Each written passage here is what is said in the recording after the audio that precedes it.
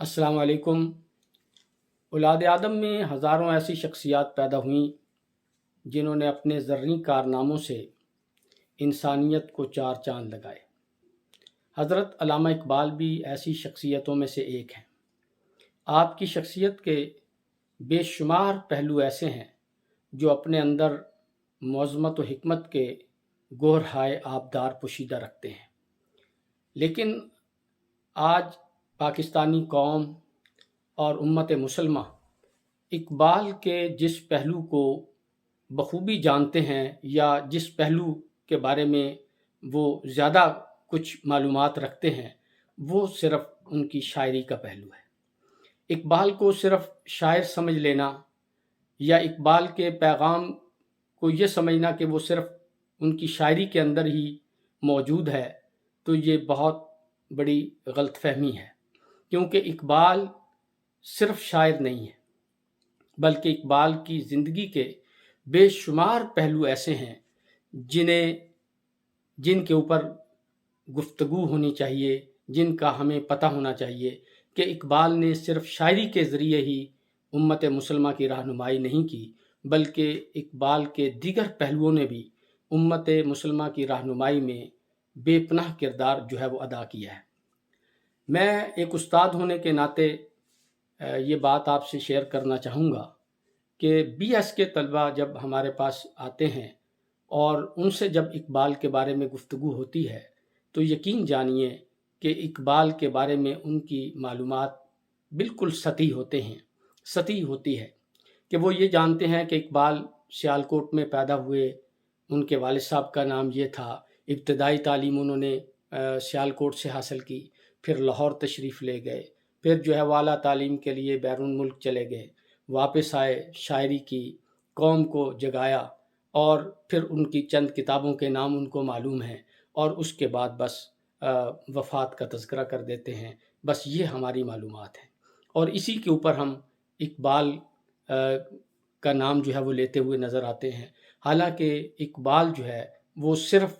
شاعر کی حد تک محدود نہیں ہے، بلکہ ان کے زندگی کے بے شمار پہلو ایسے ہیں جو اپنے اندر معظمت و حکمت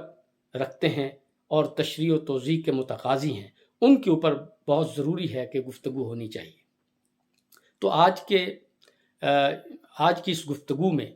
جو کہ چونکہ اتفاق سے آج 9 نومبر بھی ہے، یوم اقبال بھی ہے، تو میں یہ چاہوں گا کہ اقبال کو بطور شاعر تو ہم سب جانتے ہیں، اور اس میں کوئی شک نہیں ہے کہ اقبال بہت بڑے شاعر ہیں۔ اگر ہم ان کے فکری حوالے سے دیکھیں تو تب بھی وہ ایک بہت بڑے شاعر ہیں، اگر ہم ان کو فنی حوالے سے دیکھیں تب بھی اقبال جو ہیں وہ ایک بہت بڑے شاعر ہیں۔ تو اقبال کی شاعری میں ہمیں کسی قسم کا کوئی شک و شبہ نہیں ہے کہ انہوں نے اپنی شاعری کے ذریعے اور اپنے فن کے ذریعے امت کی رہنمائی کی ہے، قوم کی رہنمائی کی ہے، ان کو بیداری دی ہے، ان کو اتحاد کا درس دیا ہے، ان کو آپس کی نفرتوں اور کدورتوں سے بچانے کی کوشش کی ہے، ان کے اندر عشق مصطفیٰ پیدا کرنے کی بھرپور کوشش کی ہے۔ اس میں شک نہیں ہے، یہی وہ تمام خوبیاں ہیں جن کی وجہ سے اقبال کو آج ہم قومی شاعر کہتے ہیں، کہ یہ شاعر جو ہے وہ ہمارا قومی سطح کا شاعر ہے، کہ اس نے ہر حوالے سے اپنی شاعری کے ذریعے اپنی قوم کو جگایا ہے اور ان کی رہنمائی کی ہے۔ اقبال کا ایک دوسرا بڑا پہلو جو میں سمجھتا ہوں بہت اہم پہلو ہے، جس کے اوپر گفتگو ہونی چاہیے، وہ ہے اقبال بطور سیاستدان۔ تو اقبال صرف شاعر نہیں ہے، میرے خیال میں اقبال کا جو دوسرا بڑا اہم پہلو ہے وہ ہے اقبال بطور سیاستدان، کہ اقبال نے سیاست کے میدان کے اندر بھی جو کارہائے نمایاں سر انجام دی ہیں، وہ میں سمجھتا ہوں کہ اگر شاعر نہ بھی ہوتے تب بھی آج جو ہے وہ موجود ہوتے، اور ان کا اعتراف کیا جاتا، اور کوئی بھی ان کا انکار جو ہے وہ نہ کر سکتا۔ تو اقبال بطور سیاستدان، میں کچھ زیادہ باتیں تو نہیں کروں گا، یہاں صرف ایک بات ان کی سیاست کے حوالے سے میں کروں گا کہ آپ کتنے مدبر سیاستدان تھے، کتنے جو ہے وہ سمجھدار سیاستدان تھے، کہ جب حضرت قائد اعظم محمد علی جناح مایوس ہو کے ہندوستان سے چلے گئے انگلستان، اور فیصلہ کیا کہ میں اب ہندوستان کی سیاست میں حصہ نہیں لوں گا اور واپس نہیں آؤں گا، تو اس وقت حضرت علامہ اقبال نے پورے ہندوستان پہ ایک نظر دوڑائی، تمام رہنماؤں کو دیکھا، پرکھا، ان کا مشاہدہ کیا، اور پھر اس نتیجے پہ پہنچے کہ اگر کوئی لیڈر، اگر کوئی رہنما اس غلامی میں پھنسی ہوئی قوم کو آزادی دلا سکتا ہے تو وہ سوائے قائد اعظم کے اور کوئی نہیں۔ ان حالات کو دیکھتے ہوئے حضرت علامہ اقبال نے حضرت قائد اعظم کو خط لکھا اور کہا کہ ہم سب مسلمانوں کو یہ حق پہنچتا ہے، ہمارا یہ حق ہے کہ آپ واپس تشریف لائیں اور مسلم لیگ کی قیادت سنبھالیں، کیونکہ آپ کے سوا کوئی اور مجھے دکھائی نہیں دیتا جو اس قوم کی اس کشتی کو پار لگا سکتا ہے، اس کو اس منجدہار سے بچا سکتا ہے۔ تو حضرت قائد اعظم نے بھی علامہ اقبال کے اس خط کا جواب بڑی پامردی سے دیا۔ آپ واپس تشریف لائے، مسلم لیگ کی قیادت سنبھالی، اور پھر آپ کی قیادت میں دنیا نے دیکھا کہ 14 اگست 1947 کو پاکستان حاصل ہوا۔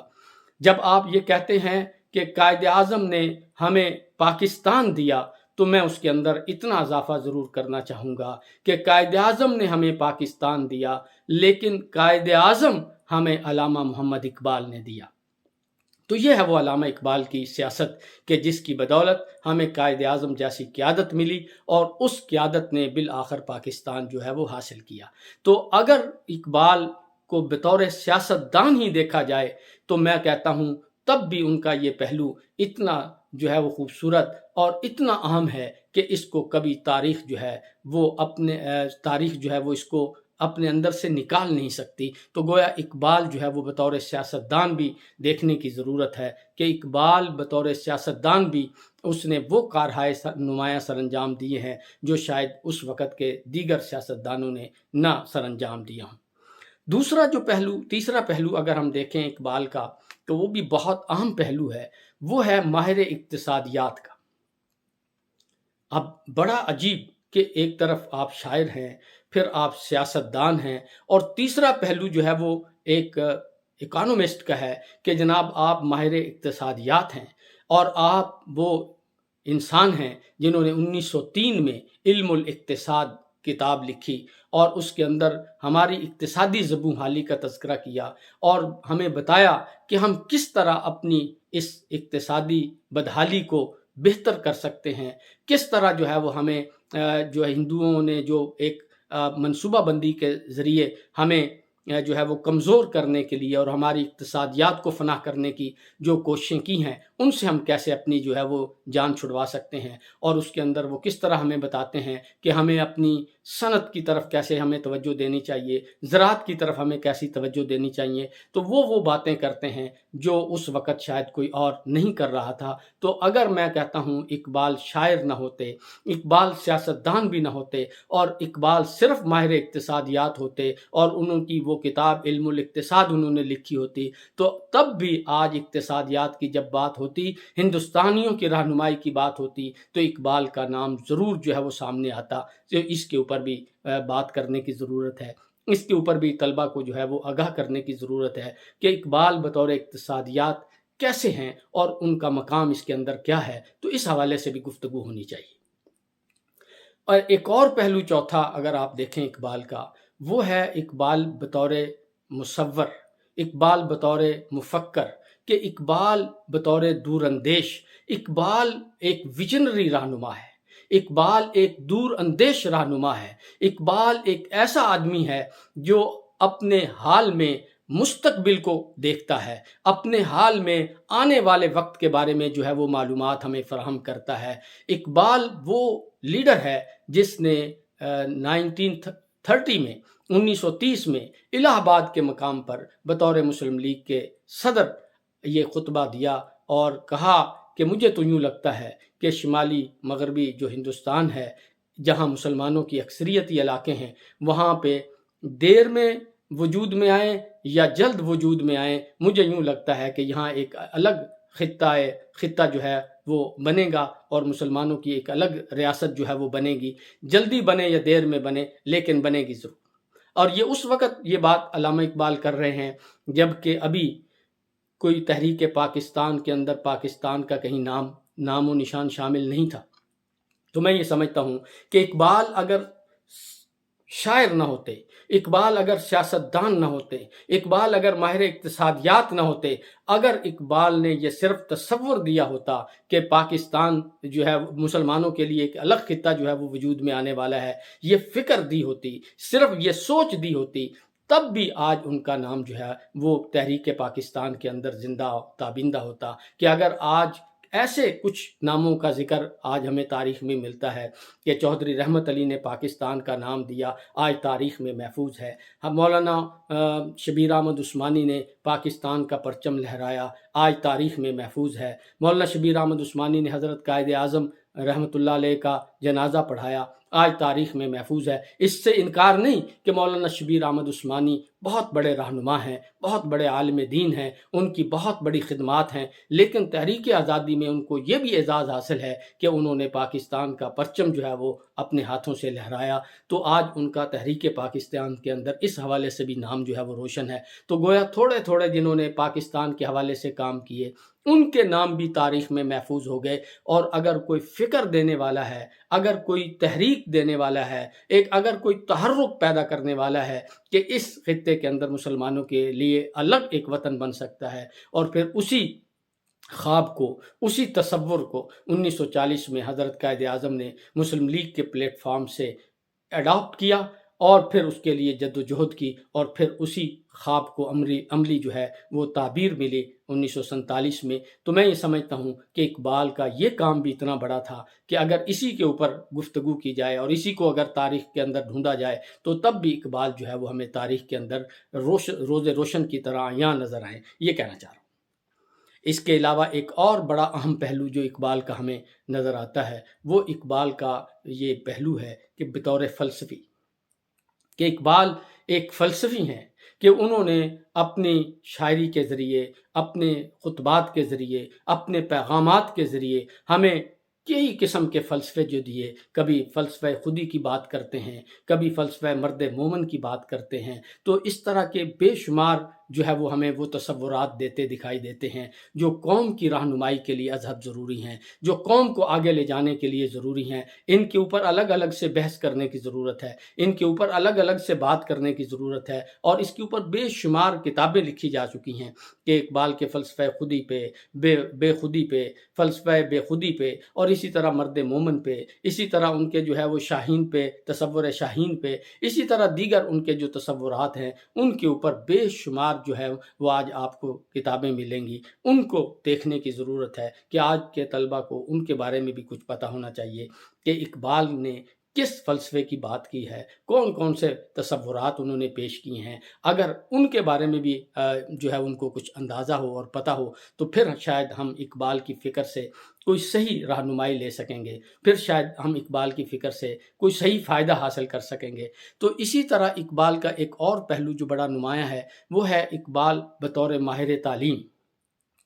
تو اقبال جو ہے وہ ایک ایجوکیشنسٹ بھی ہے، وہ ہمیں رہنمائی دیتے ہوئے دکھائی دیتے ہیں، وہ ہمیں تعلیم کے بارے میں بتاتے ہوئے دکھائی دیتے ہیں۔ گو اقبال نے کوئی تعلیمی حوالے سے کوئی ایک مکمل کتاب نہیں لکھی، لیکن انہوں نے اپنی شاعری کے ذریعے سے، اپنے مضامین کے ذریعے سے، اپنے خطبات کے ذریعے سے جو ہے وہ یہ ضرور بتایا ہے کہ وہ کس قسم کی تعلیم جو ہے وہ اپنے بچوں کو دینا چاہتے ہیں، وہ کس قسم کا پیغام جو ہے وہ اپنے بچوں کو دینا چاہتے ہیں۔ تو یہ ان کے ہاں ہمیں جو ہے وہ ملتا ہے کہ وہ مدرسے کی تعلیم سے مطمئن نہیں ہیں، اس وقت دی جانے والی اسکولوں کی تعلیم سے وہ مطمئن نہیں ہیں، اور وہ کہتے ہوئے نظر آتے ہیں ہمیں کہ گلا تو گھونٹ دیا اہل مدرسہ نے تیرا، کہاں سے آئے صدا لا الہ الا اللہ۔ اٹھا میں مدرسہ و خانقاہ سے غمناک، نہ زندگی، نہ محبت، نہ معرفت، نہ نگاہ۔ تو گویا ان کے ہاں ہمیں یہ پیغام ملتا ہے کہ اس دور میں جو مدارس کے اندر، جو اسکولوں کے اندر تعلیم دی جا رہی تھی، وہ سمجھتے ہیں کہ یہ کوئی اتنی بہترین تعلیم نہیں تھی۔ اسی طرح وہ یہ چاہتے تھے کہ طلبہ جو ہیں وہ اپنے پاؤں پہ کھڑے ہوں، ان کے اندر تخلیقی صلاحیتیں پیدا ہوں، ان کے اندر جو ہے وہ تخلیقی جوہر جو ہیں وہ پیدا ہوں، اور وہ یورپ سے استفادہ کرنے کی بجائے یا یورپ کی بنی ہوئی چیزیں استعمال کرنے کی بجائے وہ خود چیزیں بنائیں، وہ خود جو ہے وہ اپنی کاریگری اور فنکاری سے اس قوم کو مزین کریں اور ان کے لیے نئی نئی ایجادات جو ہیں وہ لے کر آئیں۔ اسی لیے انہوں نے اپنے بیٹے جاوید کے نام جو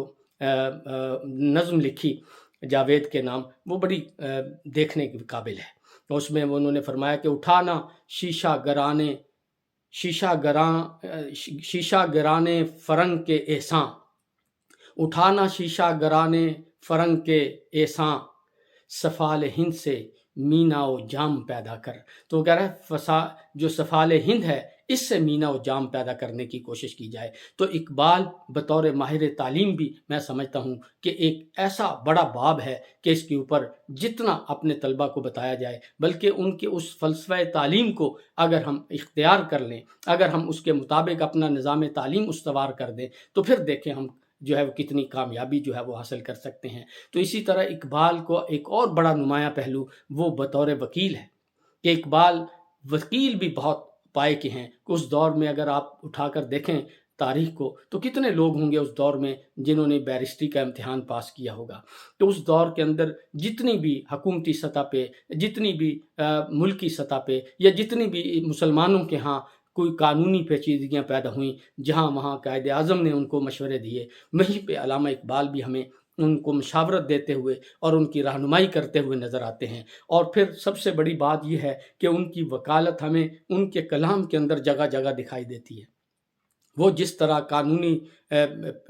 طرح ایک وکیل جو ہے وہ جرح کرتا ہے، اور جس طرح اپنا موقف جو ہے وہ عدالت میں پیش کر کے اپنے موقف کو سچ ثابت کرواتا ہے، اسی طرح اقبال اپنی شاعری کے اندر جب اپنا موقف پیش کرتے ہیں، جب اپنا مدعا پیش کرتے ہیں، تو ایسے دلیل کے ساتھ، ایسے جو ہے وہ سوجھ بوجھ کے ساتھ کرتے ہیں کہ پڑھنے والا ان کی بات سے متفق ہوئے بغیر نہیں رہ سکتا۔ تو ان کی شاعری کے اندر ان کی وکالت نظر آتی ہے، اور اس دور کی اسمبلیوں کے اندر ان کی وکالت کی ہمیں جو ہے وہ بے شمار جو ہیں وہ مناظر جو ہیں وہ دکھائی دیتے ہیں۔ تو گویا اقبال جو ہے وہ ایک ہی وقت کے اندر شاعر بھی ہے، وکیل بھی ہے، نثر نگار بھی ہے، فلسفی بھی ہے، ماہر تعلیم بھی ہے، ماہر اقتصادیات بھی ہے۔ تو گویا اقبال کے ایک پہلو پہ صرف بات کر کے اور اس کو یہ دعویٰ کر دینا کہ ہم اقبال کو جانتے ہیں، ہم اقبال سے بہت محبت کرتے ہیں، یہ میں سمجھتا ہوں کہ بہت ناانصافی ہے۔ تو اقبال کے مختلف پہلوؤں کو جب تک ہم اپنے طلباء کو ان سے روشناس نہیں کروائیں گے، اس کے اوپر گفتگو نہیں کریں گے، تب تک شاید اقبال کی جو اصل شخصیت ہے وہ ہم اپنے طلباء تک پہنچانے میں کامیاب نہیں ہو سکیں گے۔ میں ان کی بہت ساری بے شمار ان کی پہلو جو ہے وہ آپ کے سامنے رکھ سکتا ہوں، لیکن میں یہ کہوں گا آخر میں کہ عزیز طلبہ، اقبال صرف شاعر کا نام نہیں ہے، اقبال صرف جو ہے فلسفی کا نام نہیں ہے، اقبال صرف جو ہے وہ ماہر تعلیم کا نام نہیں ہے، بلکہ اقبال تو اقبالیات کا نام ہے۔ آج جس طرح دیگر مضامین کے اندر آپ ایم اے کرتے ہیں، ایم فل کرتے ہیں، پی ایچ ڈی کرتے ہیں، آج اقبال کے مطالعے کو، آج اقبال کی سٹڈی کو، آج اقبال کو ایک مضمون کی حیثیت حاصل ہے، ایک ڈسپلن کی حیثیت حاصل ہے کہ جس طرح آج دنیا میں فزکس میں ایم اے کیا جاتا ہے، اسی طرح آج اقبالیات میں ایم اے ہو رہا ہے۔ جس طرح میتھمیٹکس میں ایم ایس سی کیا جاتا ہے، اسی طرح آج اقبالیات کے اندر جو ہے وہ بی ایس اور ایم ایس سی ہو رہی ہے۔ تو میں یہ کہنا چاہ رہا ہوں کہ اقبال ایک ڈسپلن کا نام ہے، اقبال ایک موضوع کا نام ہے، اور اقبالیات کے اندر آج ایم اے ہو رہا ہے، ایم فل ہو رہا ہے، پی ایچ ڈی ہو رہی ہے، اور دنیا کے تمام جو ہے وہ دنیا کے بہت سے ملکوں کے اندر آج اقبال چیئر موجود ہے۔ میں سمجھتا ہوں کہ آج پاکستان کی وہ کون سی ایسی لائبریری ہے جس میں اقبال کا گوشہ نہ ہو، گوشہ اقبال نہ ہو۔ تو گویا اقبال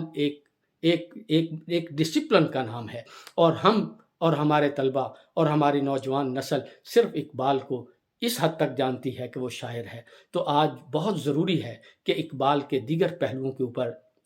روشنی ڈالی جائے، دیگر پہلوؤں سے اپنے قوم کے نونہالوں کو متعارف کروایا جائے، اور ان پہلوؤں کو بھی جو ہے وہ ان کے سامنے جو ہے ان کا اظہار کیا جائے، تاکہ وہ اقبال سے بھرپور استفادہ کر سکیں۔ آج انگریز تو شیکسپیئر سے اور اپنے اور دیگر لکھنے والوں سے بھرپور استفادہ کرتے ہیں، اور ان کو اپنے لیے انقلاب کا اور اپنے لیے ہدایت کا ذریعہ سمجھتے ہیں، لیکن آج ہم اقبال کو شاید وہ مقام نہیں دے پائے جو کہ اقبال کا